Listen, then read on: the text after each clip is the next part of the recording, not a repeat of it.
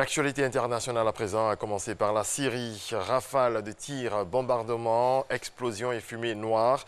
Un déluge de feu s'est abattu hier sur l'ultime bastion des djihadistes du groupe État islamique, encerclé par des forces arabo-kurdes qui ont donné l'assaut final sur un village de l'est de la Syrie. En bref, en France, Malek Shekat, frère de l'assaillant qui a abattu 5 personnes sur le marché de Noël de Strasbourg le 11 décembre dernier, sera jugé aujourd'hui en comparution immédiate pour avoir menacé de commettre un attentat.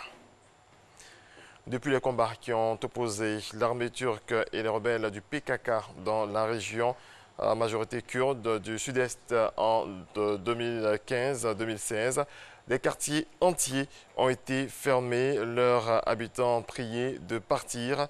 Mais les élections municipales du 31 mars, les représentants de ces quartiers fantômes font campagne cherchant à défendre leurs administrés.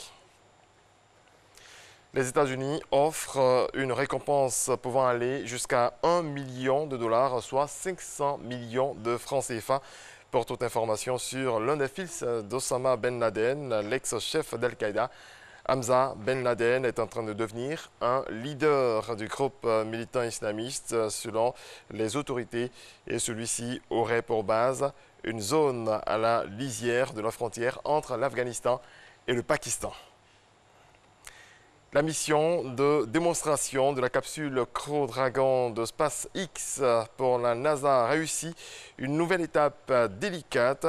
Elle s'amarre automatiquement à la Station spatiale internationale ISS à plus de 400 km au-dessus de la surface de la Terre.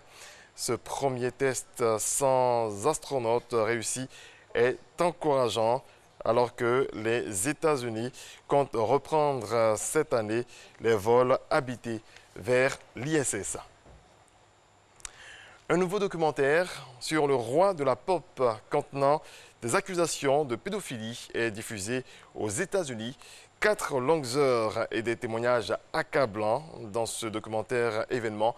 Le Britannique Dan Reed donne la parole à James Safechuck, âgé aujourd'hui de 41 ans, et Wade Robson, 36 ans, qui accuse Michael Jackson de les avoir violés de façon répétée dans leur enfance. La famille de l'artiste a d'ores et déjà rejeté la pertinence de ces récits. Merci à toutes et à tous de votre attention. C'est la fin de ce point de l'actualité. Je vous laisse en compagnie de Alix pour la suite.